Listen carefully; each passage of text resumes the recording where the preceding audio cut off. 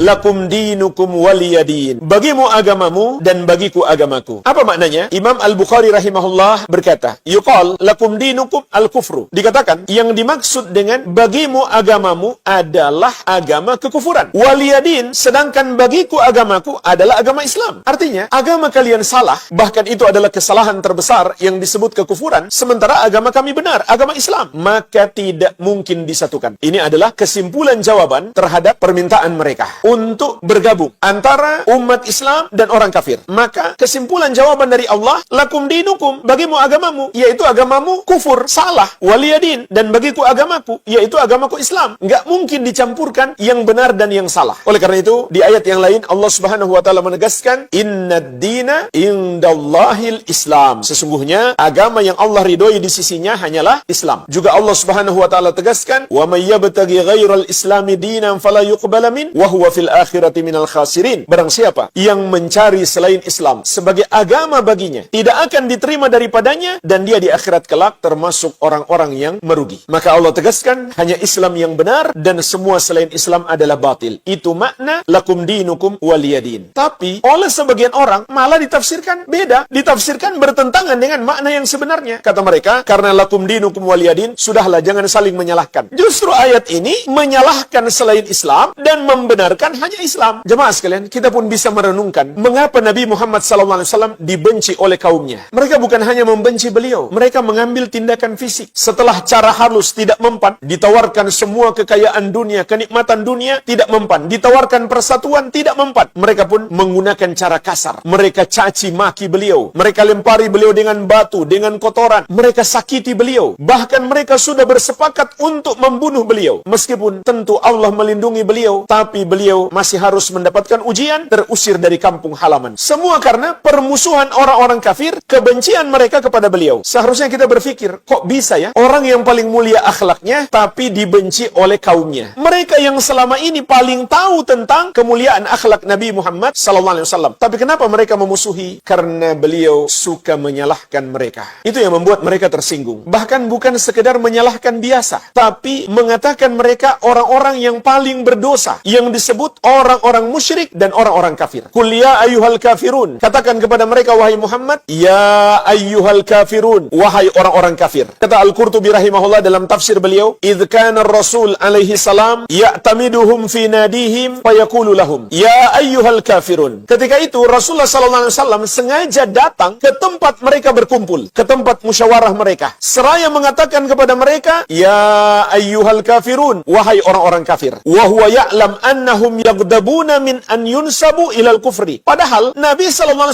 mengetahui mereka marah kalau dinisbatkan kepada kekufuran. Mereka akan sangat marah kalau dipanggil sebagai orang-orang kafir. Itu yang membuat mereka marah. Itu yang membuat mereka tersinggung. Dan itu tidak aneh. Sampai hari ini pun tidak aneh. Kalau orang musyrik, orang kafir, non-muslim marah jika dikafirkan. Yang aneh itu yang mengaku muslim tapi ikutan marah. Itu yang aneh. Sampai mengatakan itu intoleran. Bahkan radikal. Teroris. Na'udzubillah. Al-Amwa, menemani ibadahmu juga hijrahmu.